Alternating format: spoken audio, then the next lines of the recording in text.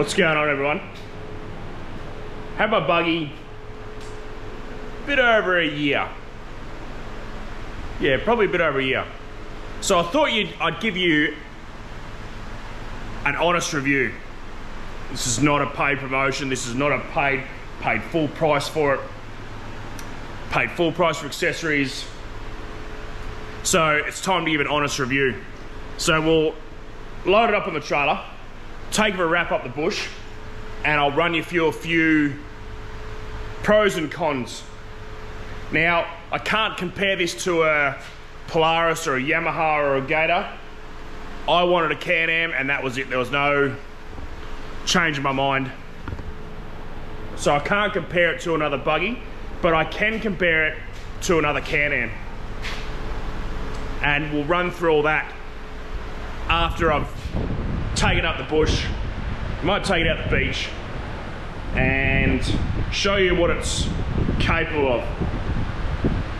The specs of the buggy are, it's a hd8, so it's 800 cc's. Towing capacity, I think they're only 540 kilos. I think. I'll double check that and I'll get back to you. Stock out of the box. Value for money, they're definitely there. We took this to Bremer Bay at the beginning of the year.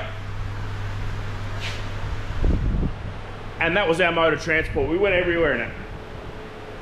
We had another group of people down there with us and he had a buggy, had motorbikes, and we basically just lived out of this for 10 days. Car stayed still and we went on buggy missions. So the first thoughts on fuel. For the whole 10 days we were there, it was full of fuel and I put 20 litres in. We did about, I dare say we would have done 500 kilometres.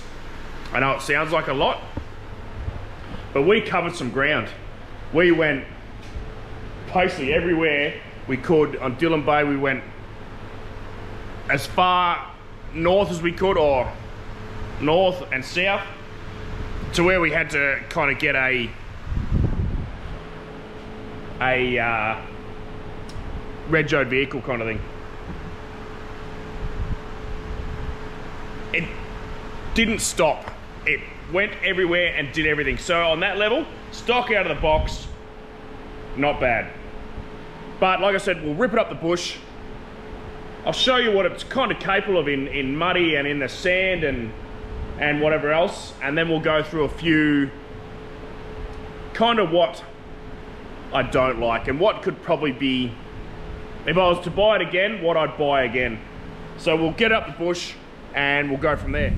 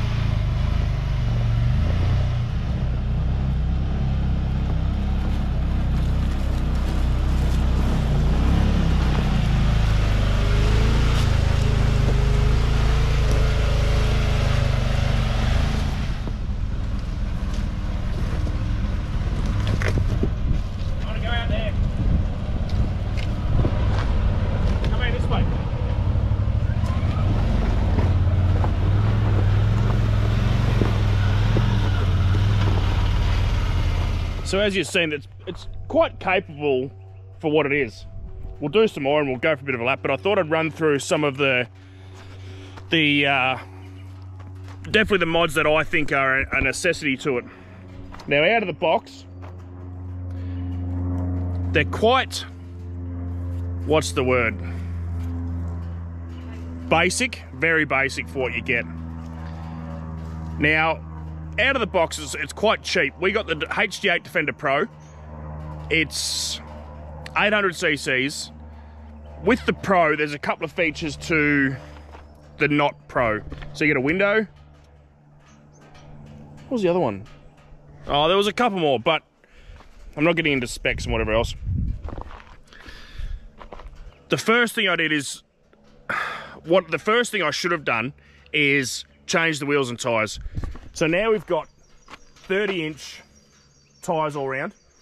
Now, from factory, they actually come with a 6-inch front wheel and a 10-inch rear. So what I've done is I've replaced it, the 6-inch front to a 10-inch front, so that's the same track all around.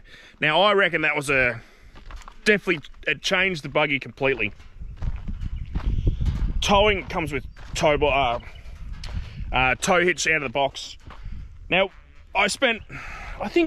so this was a demo, and I think it was about 20 grand or something.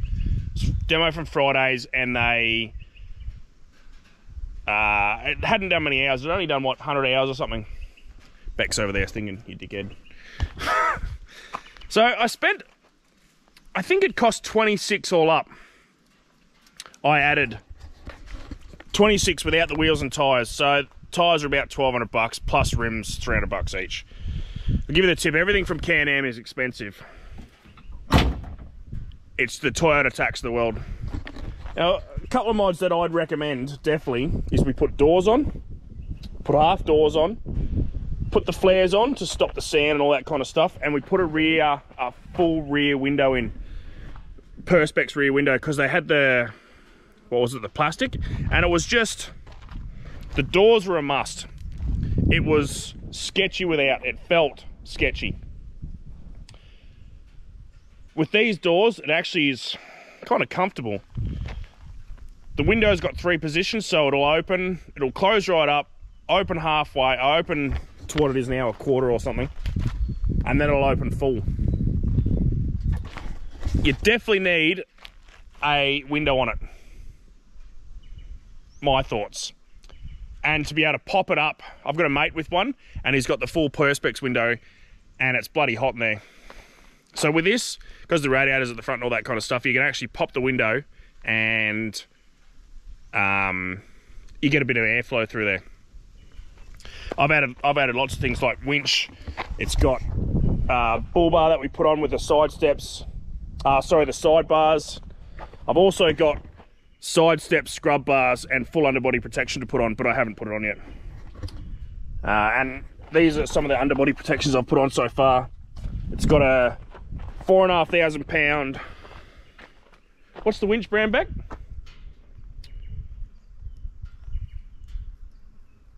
Forgot. I've also added mirrors. What else have I added? And in the tray's quite decent. I thought about putting a flat tray on. I've seen someone put a flat tray on and I was like, but this is quite decent for what we've got. Put a little box in there, it's got recovery gear, little toolkit, a couple of sprays. Yeah, we also carry a spare belt because we've done a belt and it's annoying. So what we've done, the good thing about it's a little mechanism lift hub, but it's quite easy to do even when it's full. So that was a bit of a plus. But what we've done is we've put these kits in, this quick release kit for the belt.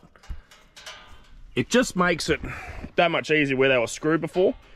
And it took a while, and it was more tools you had to carry and all that kind of stuff. Out of the box, they're quite, like I said, average. Definitely needed wheels and tyres. And we've put heavier duty rear springs in. Just didn't like it. towing. So it'll tow my big boat, my tinny, but not very well. I think that tinny's 650 and these are only rated for 510 or something like that. So probably not, it's probably on its limit. And dragging an extra width trailer behind it. So the plan is to build another trailer for that tinny, but that's next year's problem. But we'll get back into some four-wheel driving and show you what it's quite, like I said, it's a really capable buggy. Really easy to drive. Fits 3 people. It's got 3 seats, they all, oh sorry, that one lifts up. Bex lifts up. It's automatic. Yeah, we've added a few things like the rod holders and the lights and things like that, just to make it a bit more user-friendly. We'll do some more four-wheel driving and I'll show you what it's worth, and then I'll get into what the driving and the reliability and where you can actually use it is a big one.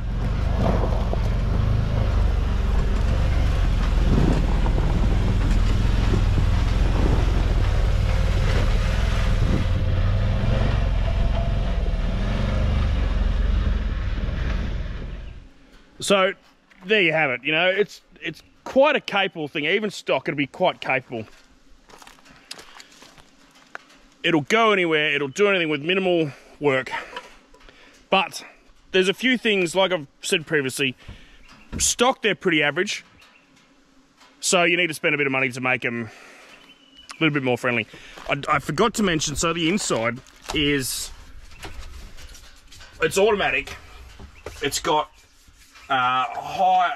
low, rear diff lock, four-wheel drive, and then when you click it into two-wheel drive, it actually only spins one wheel, so it's not LSD, so you can actually turn on grass and you don't chew the grass up, which is, farmers like that. It's pretty decent on fuel. Like I said before, when we went to Bremer, we took this thing everywhere, didn't we, Beck? And by the end of the day, you know, we weren't knackered. Put an esky in the back. We used to go on drives and whatever else. But, so, where can you ride it? Well, it's definitely a grey area. You pretty much can't ride it anywhere from Lancelin to Albany. I've tried to license it. It's not worth trying to fight the system. They wanted to know everything. What road you're going to take it on. But then I've seen scooters that... fucking beyond me, but whatever. So, for that aspect, they're a one-use kind of thing. For taking away... yeah. And that's pretty much all we bought it for. But, there you have it. My honest opinion, if I was to buy one again, I'd definitely get the hd8 or the 4-door X3 Maverick, which I'll probably get next.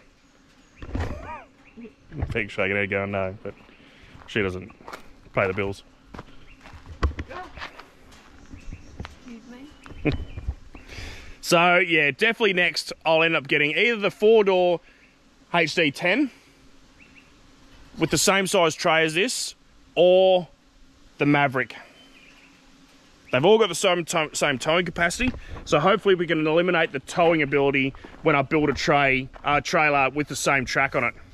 That's the plan anyway. But like I said, you know, straight out of the box, to get in and enjoy it and have some fun, yep, I think it's brilliant. To make it more capable, you definitely need to put wheels and tyres on. But then it starts getting expensive. All up, I think I've spent 30,000. Yeah, you reckon 30? Probably 30. To make it a fully capable monster. I do want to put things like a stereo and like a two-way in, things like that. Because like then when we were doing a bit of filming, you know, Peck was running up and down things and I'm yelling. Yeah, I thought about putting a second battery in. So if we did go on a bigger trip, you could smash the fridge in. A couple of things I want to do. I definitely want to put a rack over the back, and then so if we did do an overnight, you can put their swag on the top, and then you've got all the back for storage. But that's a bit later on. But anyway, that's my honest opinion of a Can-Am Defender. Like I said, I paid full price for it, and yeah, that's my opinion. What out of 10 would you rate it, Beck? 9.